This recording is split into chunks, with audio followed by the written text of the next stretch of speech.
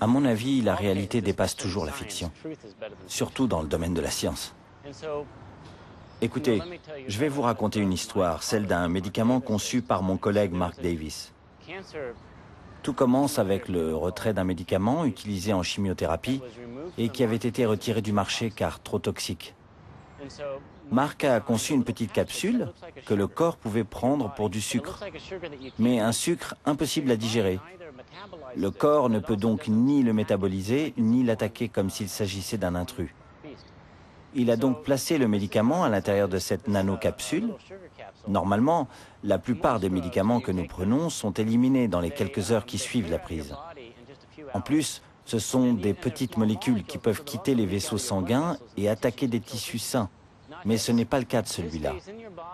Grâce à la capsule, il peut circuler dans votre corps pendant une semaine s'il le faut. Et il ne passe pas dans les tissus. Il attend d'avoir atteint la tumeur. Les tumeurs ont des vaisseaux sanguins différents. Et c'est comme ça qu'il la reconnaît.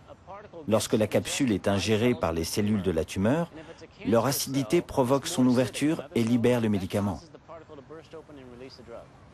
Donc Mark est parvenu à réduire de 20 fois la dose de ce médicament qui avait été retiré du marché à cause de sa toxicité et l'a donné à une personne atteinte d'un cancer du pancréas qui était déjà métastasé, c'est-à-dire qui se développait dans l'ensemble de son corps. Ce type-là, qui n'avait plus qu'un mois ou deux à vivre, son cancer a reculé et il est toujours vivant 2 ans plus tard. Il n'a même pas perdu de cheveux. Il n'a subi aucun problème de toxicologie associé à ce médicament. Donc ça, pour moi, c'est juste une manière ingénieuse, utilisant la chimie et la science des matériaux, de fabriquer un dispositif de délivrance de médicaments. C'est pas un nanorobot, mais bon, quand même, c'est la réalité et elle dépasse de loin la fiction.